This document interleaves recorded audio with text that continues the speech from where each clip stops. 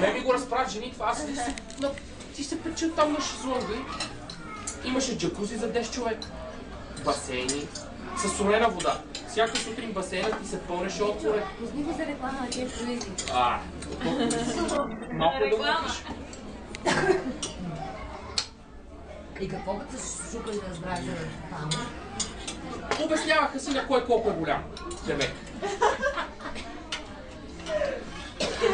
Демек си бяха половината на секс туризъм, да ти го кажа в прав текст. Какво да не чух? Бяха си на секс туризъм и си обясняваха нивото на река Дунав в сантиметри. Река Дунав. Еми, какво да направя, знам? Това си говореха. Какво? Ти какво правиш да приема на басейн? Сега извинявай, аз ходя до машината за туалет 5 пъти. После си взимам кафета от бара, бухам се в басейна. А те продължават и продължават. Другото, което беше на мен, което ми хареса много. Я ви да говоря жените, докараха една буца. За река Дунав, какво говориме? Докараха една буца лед, огромна. Излезе един китаец. Беше азиатец, не знам дали беше китаец.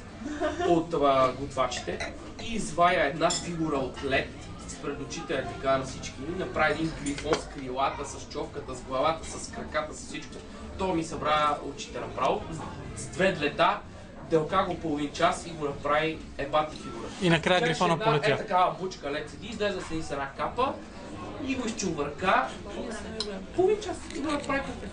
А всяка сутрин бара, където закусахме на 12 етаж, от 7 до 5 след обед се ядеше нон-стоп. И той беше на две разделени. Колко кила идеята след това? Беше разделен на две. Първо пускате едната част. Като свърши яденото от едната част, затваряте, почистват всичко, зареждате, преостаналото време работи другата част.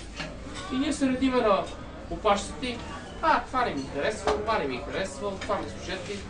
И един от среща. Вие от дека сте, бре? От България. Па и аз съм от Сърбия. Здраво, брате, сложи салото това, сложи салото това. Сърби. Отиваме да пиеме в бара нещо. Хърватка. И от дека си, пък хърватска. Дека си. Няма да... Слагай. От това повече. Тогава си спомням, че от мохито за първ път се напих. От едно мохито ми падна главата. Не, защото чашата, в която ми го направиха, мохитото, толкова беше алкохол, толкова беше спрайт. Качествено говорим. А не, толкова спрайт, толкова лед и 50 грама е така, заповядай. И да ми сложат шума, все едно се събрали от парка за Имов. Сега, да ме извинявате, ама... Шума. Ми мента. Давай. Джоджа. Трева. Шума. Но беше... Имаше един... Аз джаз мраза. Обаче имаше един бар, в който пускаха джаз. Беше жестоко на живо. Го свираха 3 души. Беше страхотно. Много яко. Просто ви пожелавам на този круиз да отидете страшно. Много е, нали, прецеляваме. И ни казаха, че за да живеем в Монако, трябва да имаме 20 000 $, в сметка, да притежаваме жилище и още не дам си куп глупости там.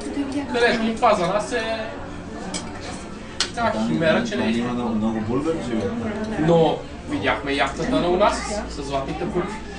Като видиш пристанището и най-големата яхта, най-огромната, са ни букви позлатени и минаваш покрай нея, като на парад, се номинаш пред някаква сграда.